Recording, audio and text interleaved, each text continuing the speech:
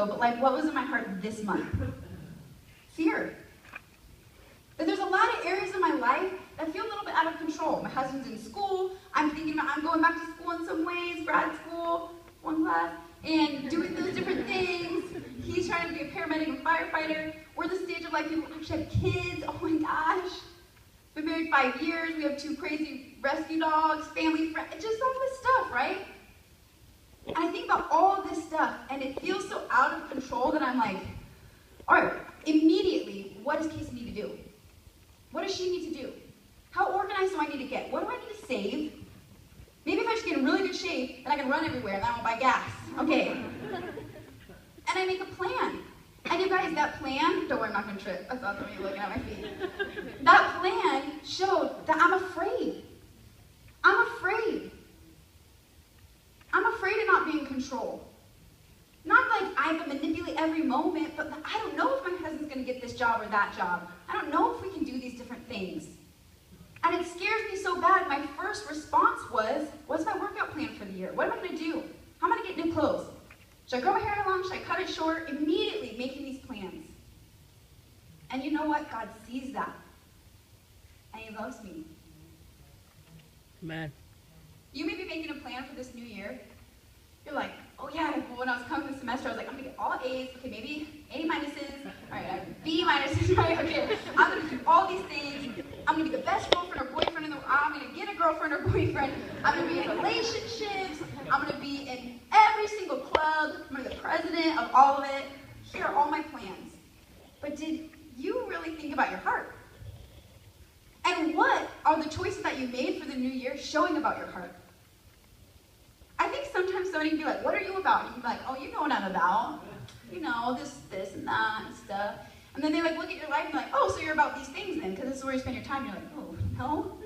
I don't study all the time. What are you talking about? I'm cool. I party with you guys. Like, they're like, no, you're in your room studying every night. Your choices show who you are and what's in your heart. I want to share with you guys an email. Because I think you can be hearing some of this and go, I'm not really sure how to connect with any of this, or where to even start in making this plan for my heart. Or what really do my choices reveal about my heart? I don't know how to go there. That sounds not fun. I got an email from a student who had a pretty rough winter break. They made choices that they weren't super proud of, bad choices, and they said they felt super far away from God. They felt disconnected from Him. I talked to this person and I said, hey, I just challenge you as we go into this semester, what do you need from God? What do you want from Him? Just tell me. So I got an email, it kind of schooled me a little bit. I wasn't quite expecting this response. But this is the question that the student sent back to me. In what place will I thrive in having God do a work in my heart this semester? This is someone who is a person after God's own heart. Instead of running and striving or shutting down in fear or being like, you know what, Casey, I'm just going to just step back more. I'm going to keep going this way. This person was like, I will do whatever I need to do. I will cut out of my life whatever I need to cut out of my life. I will add to my life whatever I need to life. But those actions don't matter, because what matters is that I want God to do a work in my heart this semester. And it might be uncomfortable, and it might be painful, and I don't really want to do it, but I am willing because I trust that He is good. Amen. That He sees me and He loves me, and that I trust that He is going to do awesome things in my heart this semester and in my life because I trust Him. This person is saying so much about where to start with your heart. Basically, this person is saying, I don't want to just give Him a little bit of my heart anymore. I don't want to hide my heart in fear or push Him away. But I want to give God my whole heart. I want to say, okay, I want to look away. You just look at everything about me. I'm so sorry. And then let Him love me. I'm going to say yes to God doing a work in my heart this semester. So God, show me what I need to do. And to me, I was like, whoa. That plan started with being willing to surrender her heart his heart, this student's heart, to God. That the plan starts with surrendering and saying, ooh, I'm not going to shut down and hold on and be like, whatever, I'm just going to keep going. I'm going to open up and say, okay, God, I trust you. Here's my heart, my whole heart. Do you still love me? This person is saying, I know that I was dissatisfied in my relationship with God over break. I did not go to him. I went to other things. Oh my gosh, why did I do that? Well, I'm human, but am I bad now? Does God still love me? Okay, he does, and I'm going to run towards him.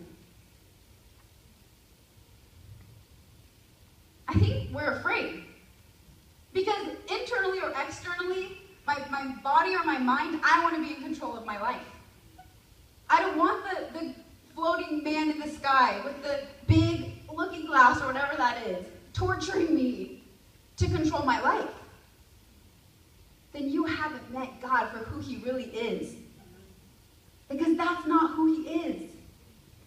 Whatever your experiences are with him, or in your life, or what you've assumed is him, or the ways that you've walked away from him, he sees you right where you are right now. And he's saying, hey, choose me.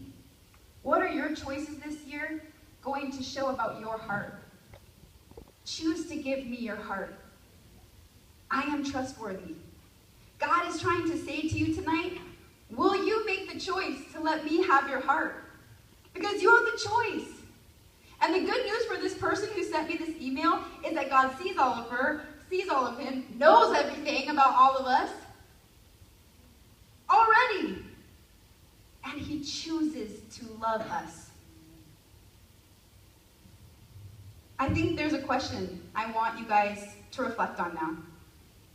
Because I feel like I could just keep going. And some of the ways that I was thinking to continue to share about this theme, this new year, new you. But I think that some of you need to respond. That might sound scary. So I'm going to ask you guys a question to reflect on. I know it might be like a huge theological, huge philosophical